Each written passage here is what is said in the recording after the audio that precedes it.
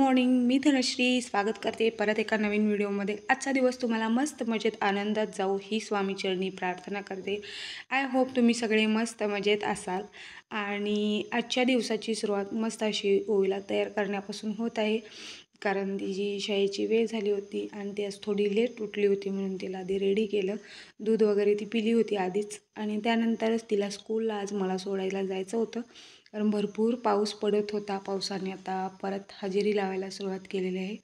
तिला रेनकोट घातला, तिची बॅग वगैरे घेतली आणि सोबतच छत्री पण घेतली होती माझ्यासाठी।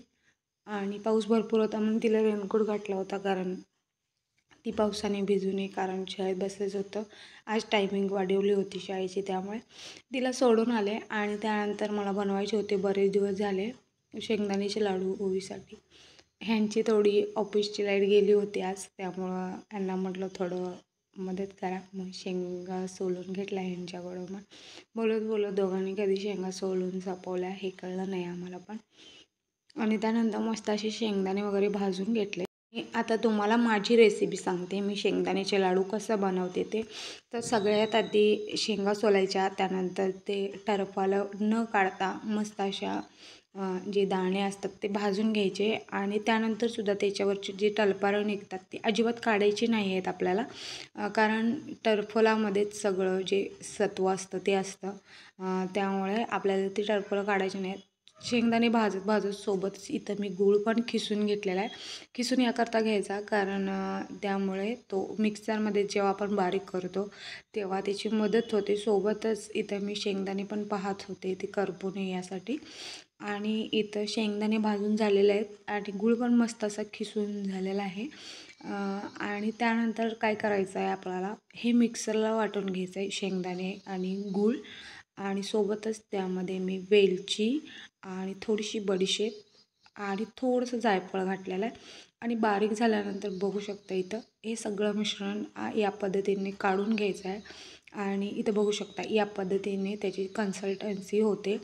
जर तुम्हाला ते थोडं ड्राय वाटत असेल तर तुम्ही त्यामध्ये थोडंसं तूप कडवून घालू शकताय, किंवा थोडंसं पाण्याचा अलगद आपण हात लावू शकतो। पण पाणी लावल्यावर काय होतं, ते जास्त दिवस टिकत नाहीत आणि बुरशी येते, त्यामुळे तुम्ही तूप घाला किंवा गूळ व्यवस्थित प्रमाणात घेतलं ना की असं ओलं होऊन जातं।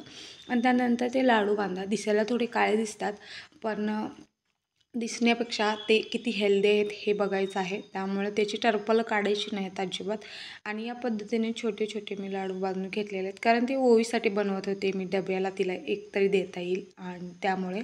नाहीतर तुम्ही म्हणाल इतके छोटे छोटे काही नाही बांधले आहेत, डब्यासाठी असल्यामुळे आणि लहान मुलाला द्यायचं आहे। एकदम मोठा दिला तर ती खात नाही, छोटे छोटे दिले तर ती आवडीने खाते, कारण छोट्या छोट्या गोष्टी लहान मुलांना खूप आवडतात। आणि बघू शकताय, बघता बघता इथे माझे लाडू सगळे बांधून तयार आहेत। आणि नंतर मी खाऊन पण बघितलं होतं, खूप म्हणजे खूप टेस्टी झाले होते लाडू। खा, छान झाले? कसं झाले? एक नंबर, थँक्यू। त्यानंतर ओवीचं स्कूल बॅग चेक केली आणि तिला काय काय आज अभ्यास शिकवला आहे आणि होमवर्क दिला आहे तो चेक केला।